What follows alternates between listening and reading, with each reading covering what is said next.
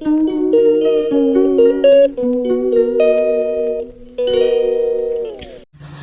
दोस्तों, ये देखो आज हम चले गेहूँ बनाने के लिए, क्योंकि इसके अम्मा बोली थी मुझे टीना एलर्जी है गेहूँ से, तो तू बना दे, क्योंकि जो बनाती है वो आई नहीं है, अपने घर गई हुई है। मैंने कहा ठीक है।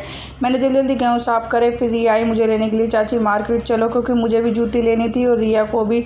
मैंने कहा चलो बेटा, पर हम बस ये एक ही शॉप खुली हुई थी जूते वाले की, उसमें भी हमको मिली नहीं ठीक। तो रिया बोली चाची चलो फिर कभी आएंगे, क्योंकि ईद की छुट्टी थी, हमें बिल्कुल भी नहीं पता था और गर्मी इतनी थी बाप रे बस पूछो मत। फिर हमने रास्ते में पिया गन्ने का जूस, तो दिमाग को ठंडक मिली। मैं बोली जल्दी से घर पे चलो। फिर इसके पापा बोले कि हम अब मेरे साथ मार्केट चल, क्योंकि दिविशा के लिए कल के लिए कपड़े लाने हैं।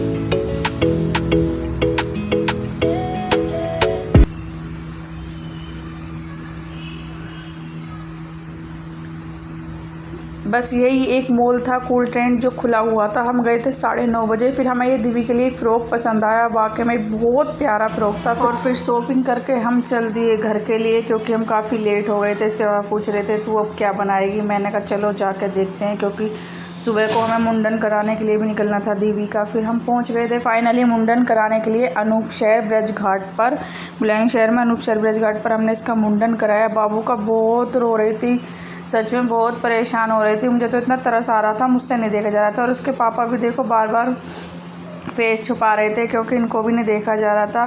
फिर हमने बाबू को नहलाया और नहला के हम बैठे। हम सोच रहे थे अब क्या खाएं, एक तो गर्मी इतनी लग रही थी बस पूछो ही मत। और हमारी टकलू देखो कितनी प्यारी लग रही है, लड़का सी लग रही है, लड़की तो लगी नहीं रही है वाकई में ही।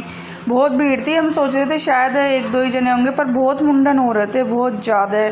मतलब जब हम मुंडन करा थे उस टाइम पे ही 8-10 बच्चों के हो रहे थे।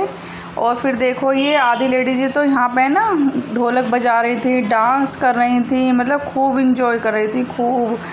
पर हमारे तो गर्मी से हालत ख़राब थी, सच में ही ऐसा लग रहा था बस कब घर के लिए निकले यहाँ से।